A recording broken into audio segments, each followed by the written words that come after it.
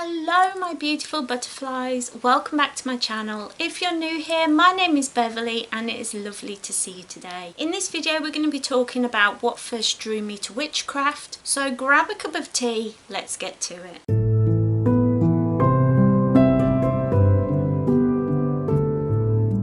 I always love hearing people's origin stories.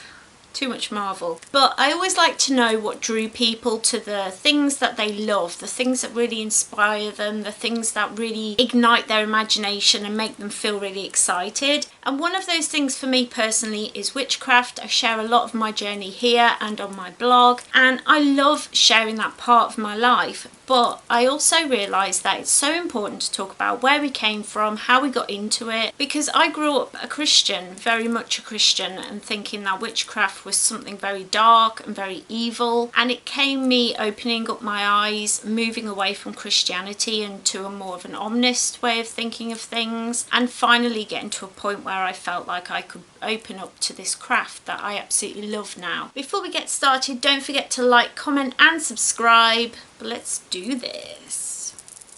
So this whole thing started when my grandfather died. My granddad was my best friend. I absolutely adored him and loved him, and having him pass away caused me to have a breakdown, and I really struggled with my mental health for a while. And then a friend of my husband's suggested we went to see a psychic that they knew who was very good at what they did, and we made an appointment and I went to see them, and they were incredible, so good. The reading was really great. I got to connect with my granddad and just know that he was okay. But a big part of this reading was that they said to me that their spirit guides were telling them that I should be doing this job. It was like, just give them all the information, give them everything, teach them, help them to do this. And so she gave me the number of the woman that had taught her to be a psychic, and so I thought, oh my goodness, I'm supposed to be a psychic. Now, I've talked about this before, but I have always had a connection with people who've passed over. I've been able to see, feel, sense ghosts and spirits, but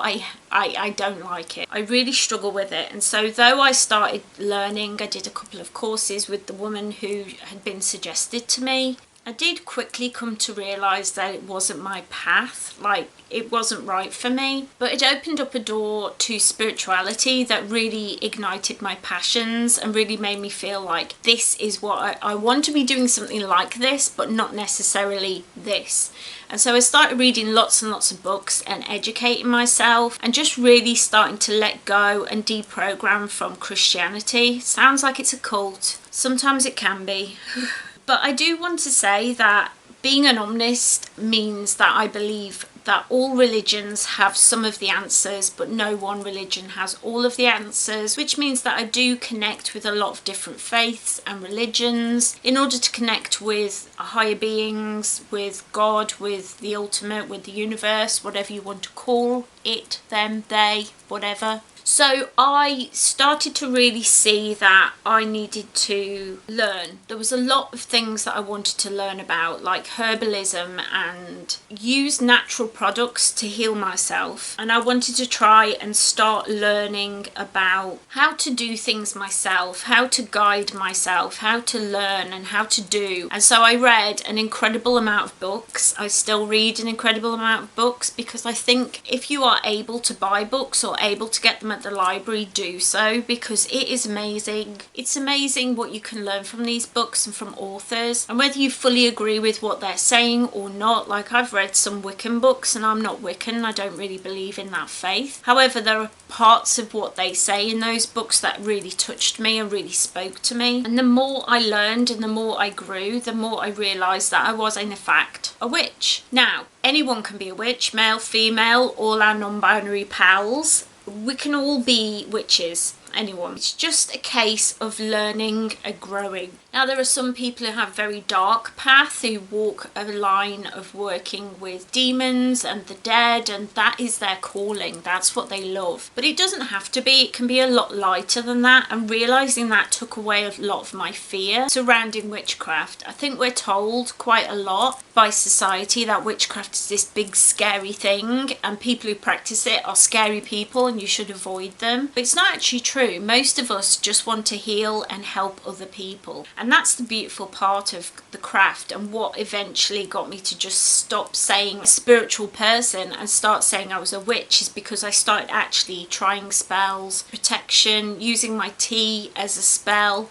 looking into different ways of using herbals, different ways of using my everyday life, my everyday routine as a spell, and bringing it into my everyday has improved my life completely. Like, I can't even begin to tell you how much happier I am, how much more confident I am, how much I feel more myself. Now, this is not me saying you should go out and become a witch. It's me saying that it's nothing to be scared of. I think you do have to learn to protect yourself. You have to learn to ground yourself. You have to be careful of the people that you have around you. But I think the same with any faith, you have to be careful, and I think it's just a case of seeing spells as something less scary and something that I should move away from. You know, when I was reading spell books and things, a lot of it included like little rhymes and stuff.